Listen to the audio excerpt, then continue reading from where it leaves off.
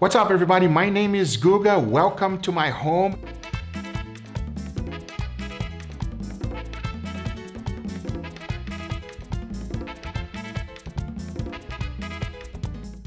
I'm from Brazil, and one of my favorite things to eat is the basics because it's amazing. It's amazing for a reason. We got picanha steak, rice, beans, and a little bit of potato shoestring.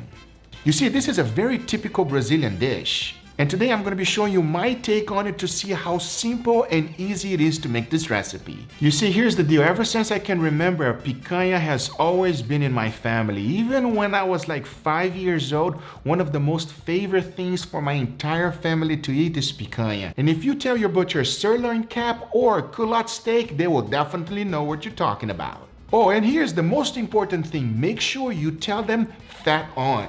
The first thing you want to do is to wash your rice. You see, all you're trying to do is get rid of that starch. So washing it 2 to 3 times is good enough. There's no way the water is going to be completely clear, but that's what you're looking for. Then on a pot, throw in a little bit of olive oil, followed by a good amount of crushed garlic, depending how much you like. You want to cook the garlic under low heat.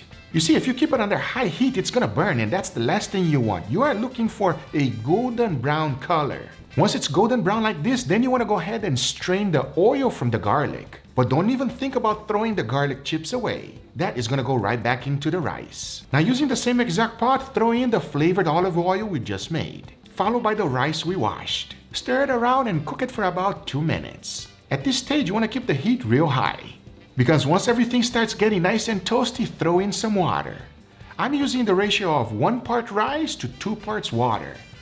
That will ensure that you get a nice fluffy rice in the end. Stir it around and bring everything to a boil. Once it's boiling, lower your heat to medium, because then you want to let it cook until the water evaporates and you see slightly a little bit of rice. When you got to this stage, it's time to lower the heat all the way to low, because then you want to cover it. But make sure you leave a little bit of gap so that the steam can come out. Let it sit there and don't touch it for 20 minutes, because once the time is up, check it out.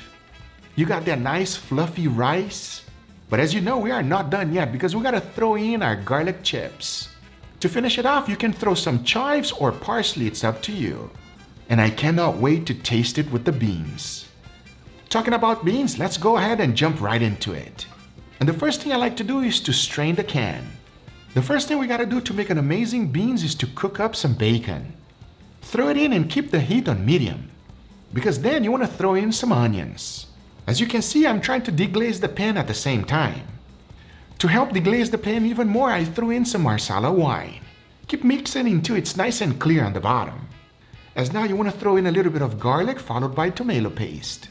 Mix everything together and let the fond get stuck once again on the bottom of the pan, because now it's time for the seasoning. And for that, I threw in a good amount of salt followed by freshly ground black pepper, a little bit of chili flakes, and mix everything together to combine those ingredients. As now it's time to throw in the beans. Mix everything together and combine those ingredients together, because now you want to fill up the whole pot with water. Then throw in 2 bay leaves and cover the pot to cook for 45 minutes. Once the 45 minutes is done, take a look. As you can see, it's still very watery. But me, I like to get it a little thicker. You just gotta use a potato smasher so that everything gets nice and thick. The more you smash, the thicker it's gonna get, so make sure not to go too far. Once you got the consistency that you're happy with, you want to remove the bay leaves. The perfect Brazilian beans. Now it's time to jump into the star of the show. And today I'm using prime, but even choice grade is good enough. One of the easiest ways to distinguish picanha is that it has a triangular shape. Now to butcher it, it's very simple. The first thing I like to do is to put the fat side down. Then you see these little silver skins, you want to remove it. And the fat, don't even think about removing it. That is really necessary. Now here's one of the most important tips I'm going to be giving you. You must cut the picanha steak with the grain. I know most of the time whenever you're cutting steak, they always tell you gotta cut it against the grain, but the first cut of picanha has to be with the grain. That's because the second cut will be against the grain, making it the perfect bite. And as you can see here, this picanha's fibers are going this way. I'm looking for 1 inch to 1 1/4 inches. That is the perfect thickness to pan fry it. Now I like to keep my picanha very traditional, and that is to use salt only for the seasoning. You see the salt I'm using right here? This is coarse salt. In Brazil, we usually use rock salt, but it's a little bit too thick. Here in the US, using kosher salt is a much better deal. And by the way, even though I told you guys to never throw away the fat, remember that only keep the amount that you are comfortable eating it. So trim it to the amount that you want to eat it per steak individually. Now, I highly recommend using a cast iron skillet or a carbon steel one.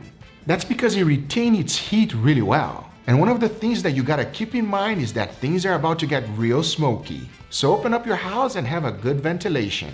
And the first thing to do is to sear the fat. Notice that there is nothing on the pan. Put nothing. The fat is good enough. And yeah, keep the heat real high because the fat will start rendering. Remember, all you're trying to do is get a nice sear. Here's up to you. If you like a hard sear, just let it longer. But for me, a nice golden brown color like this is good enough. Trust me, the last thing I want is to overcook my picanha. And if necessary, keep it away from the fire alarm. You don't want things to go off and call the fireman for nothing. Unless you want to give a little bit of steaks to the firefighters. They definitely deserve it. As you can see, by the time I was done, I was left with some beautifully seared picanha. But remember, it's completely raw in the middle. For that, we're gonna finish it up in the oven until the temperature that I'm happy with. I'm shooting for an internal temperature of 135 degrees Fahrenheit. For these picanhas, it literally took 10 minutes in the bake setting. Because once I was done, take a look at this. Perfectly medium rare the way I like it. You see, one of the things about picanha is that you should cook it to this temperature. It is an extremely juicy piece of steak. And if that's not the temperature you like, you just adjust it to the one you like. Medium is like 145 degrees Fahrenheit. Well done? Well, just cook it until it's a shoe leather, basically. Until there is no more juice left, that is well done. The only thing left to do now is to plate it up. So we got that garlic rice followed by the beans we just made. But don't forget the queen of all meats. To finish it off, a little bit of shoestring potato. Now come on now, this is comfort food to a whole new level. Even though it's nice and simple, it is absolutely delicious. And I'll tell you one thing, we Brazilians, we love it. But that is my take on it, everybody. I hope you enjoyed this video. If you did enjoy it, let us know in the comments. And most importantly, the full recipe will be at delish.com. Make sure you check it out.